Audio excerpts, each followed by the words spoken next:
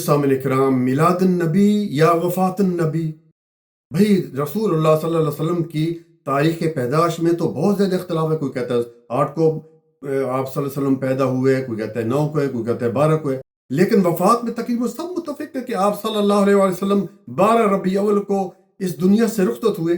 تو جس دن نبی صلی اللہ علیہ وسلم کی وفات کا دن ہے، اس دن ہم ڈھول بجائیں، ہم چراغاں کریں، ہم ناچیں گانے گائیں. یعنی آپ دیکھیں کہ مدینہ میں اس دن اندھیرا چھا گیا.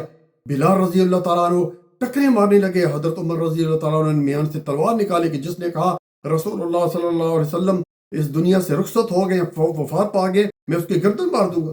اور سیدنا ابو بکر جو ہے، انہوں نے جو ہے وہ ایک عظیم الشان خطبہ دیا، اور یہ تاریخی الفاظ ابھی تک موجود ہے کہ من کان منکم یعبد محمدا فإن محمدا قد مات، کہ جو محمد صلی اللہ علیہ وسلم کی عبادت کرتا تھا اس کو پتہ چل جانا چاہیے کہ نبی صلی اللہ علیہ وسلم اس دنیا سے چلے گئے.